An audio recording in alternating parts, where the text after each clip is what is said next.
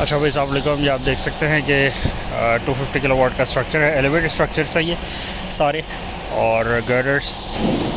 Roof top पे आते जा रहे हैं और इसी के साथ कंस्ट्रक्शन स्टार्ट है। और ये आप देख सकते हैं राउंड पाइप के पिलर्स हैं, एलिवेटेड स्ट्रक्चर है और 7 स्ट्रक्चर्स हैं। सारे के सारे स्ट्रक्चर्स के अपने स्लोप्स हैं और जैसे जैसे कंस्ट्रक्शन होगी आपको साथ में वो भी दिखाएंगे। और एलिवेटेड स्ट्रक्चर का फ़ायदा ये होता है कि ऑफ कोर्स ऑप्टिमाइजेशन हो जाती है, प्रोडक्शन ज़्यादा हो जाती है, एफिशिएंसी बढ़ जाती है सोलर पैनल्स की, क्योंकि आप सोलर पैनल्स के जो इरेडियंस है आप उसके परपेंडिकुलरली उसको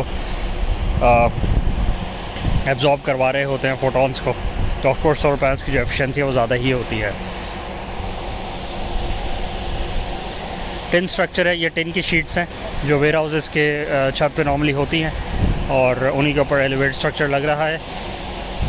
इससे फ़ायदा ये होता है कि नीचे की जो रूफ़ है वो कस्टमर किसी भी और मकसद के लिए यूटिलाइज़ भी कर सकते हैं और उनको आरसीसी छत डलवाने की कॉस्ट भी नहीं बेयर करनी पड़ती। उनकी टिन की छत के ऊपर ही सिक्योरली इंशाल्लाह माउंट हो जाएगा। जो नीचे की सारी प्रोडक्शन है वो सारी एज़ यूजुअल, उसमें कोई हिंड्रेंस नहीं है, वो जैसे चल रही है वो चलती रहेगी और उसमें आप जो भी काम करना चाहें आप अपना सोलर माउंट कर सकते हैं ऊपर। एडिशनली ये भी फ़ायदा है कि क्योंकि अब शेड हो जाएगा, सारी छतें शेड में आ जाएंगी, तो जो कूलिंग इफेक्ट है वो भी बढ़ जाएगा और डायरेक्ट रेडियंस जो है वो जब आपकी टिन की शीट पे नहीं पड़ेगी तो छतें गर्म होने का मामला भी कम हो जाएगा और कूलिंग इफेक्ट भी आएगा।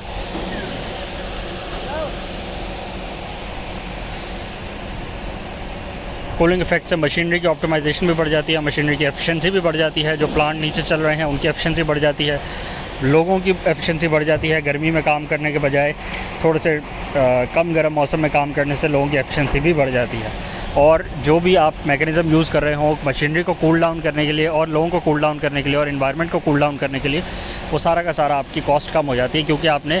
सोलर पैनल्स में ही आपकी सारी रेडिएशन जो है वो डायरेक्टली हिट करती है, तो उसके साथ जो हीट होती है वो भी सोलर पैनल्स में ही जा रही होती है, तो आपकी जो छत है वो निस्बतन काफ़ी ठंडी रहती है।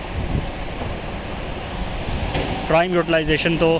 अगर आप एज एन एग्जांपल लें तो जो पोल्ट्री शेड्स होते हैं उसमें आपको चिकन्स को कूल डाउन रखना होता है, तो आप उसमें वेंटिलेशन कर रहे होते हैं थ्रू कन्वेक्शन करंट्स और आप पानी के साथ मिस्ट को यूज़ कर रहे होते हैं for cooling down, evaporative cooling का मैकेनिज़्म आप यूज़ कर रहे होते हैं। तो अगर आप उसमें इसको मॉनिटर करें, क्योंकि वहाँ पे मॉनिटरिंग मैकेनिज़्म होता है, वहाँ पे तो रियल टाइम में अब बात मॉनिटर हो रही होती है कि क्या टेम्परेचर है शेड के अंदर का, क्योंकि पोल्ट्री बहुत नाजुक होती है इस मामले में कि उसको बहुत फिक्स टेम्परेचर चाहिए होता है और इवेपोरेटिव कूलिंग के लिए भी उसको बहुत एक स्पेसिफिक ह्यूमिडिटी का लेवल चाहिए होता है। तो वहाँ पे अगर आप मॉनिटर करेंगे शेडिंग इफेक्ट, छत पे शेड करने से कितना फ़र्क पड़ता है, तो आपको वहाँ पे इसके प्रोनाउंस्ड इफेक्ट दिखते हैं। इस तरह की फैसिलिटी में जहाँ पे आप टेम्परेचर को मॉनिटर ना कर रहे हो उतना रियल टाइम में, तो वहाँ इतना आपको ईज़िली पता नहीं लगता, इवन दो रियलिटी में बहुत फ़र्क होता है और बहुत फ़ायदा हो रहा होता है। जैसे जैसे काम आगे बढ़ेगा आपको इंशाल्लाह अपडेट्स देते रहेंगे।